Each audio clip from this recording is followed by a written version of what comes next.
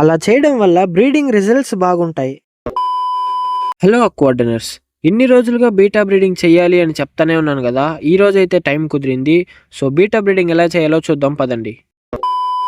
నేను ఇంతకుముందే ఒకసారి చెప్పాను, బీటా బ్రీడింగ్ చేయడం పెద్ద గొప్పేం కాదు. ఆ తర్వాత వచ్చి ఆ ఫ్రైస్ని కాపాడడమే చాలా పెద్ద విషయం. సో మీరు ఎవరైనా బీటా బ్రీడింగ్ చేయాలనుకుంటే ఒక 10 డేస్ ముందే లైవ్ కల్చర్ మీ దగ్గర ఉండేలాగా చూసుకోండి. అది వెనిగర్ హిల్స్ కావచ్చు, లేకపోతే ఇన్ఫోసూరియా కావచ్చు. అలా లైవ్ కల్చర్స్ ని ప్రిపేర్ చేసుకునే ఆ టైంలోనే మీరు బ్రీడింగ్ చేయాలనుకునే బీటా పేర్ ని మంచిగా కండిషన్ చేసుకోండి. అలా చేయడం వల్ల బ్రీడింగ్ రిజల్ట్స్ బాగుంటాయి. ఇప్పుడు మనం చేయబోయే ఈ బీటా బ్రీడింగ్ లో ఇది డే 1. ఇప్పుడు కనిపిస్తున్న ఈ కంటైనర్ లోనే మనం బీటా బ్రీడింగ్ చేయబోతున్నాం. కొంచెం డిస్టర్బెన్స్ తక్కువగా ఉండే రూమ్ లో పెట్టుకుని ఆల్రెడీ స్టోర్ చేసి పెట్టుకున్న వాటర్ ని 4 to 5 ఇంచెస్ వరకు పోసుకున్నా. కొద్దిగా కల్లుప్పు, అలాగే బాగా ఎండిపోయిన బాదం ఆకుని క్లీన్ గా కడిగి వేసుకున్నా. ఇంకలా దీన్ని ఈ రోజంతా వదిలేస్తే వాటర్ pH లెవెల్ బాదం ఆకు వల్ల బ్యాలెన్స్ అవుతుంది. రేపటి వీడియోలో మేల్ అండ్ ఫీమేల్ ని ఎలా ఇంట్రడ్యూస్ చేయాలో చెప్తాను. మరి ఆ వీడియోస్ ని చూడాలంటే మన ఛానల్ ని సబ్స్క్రైబ్ అండ్ ఫాలో చేసుకోవాలి కదా, చేసుకోండి మరి.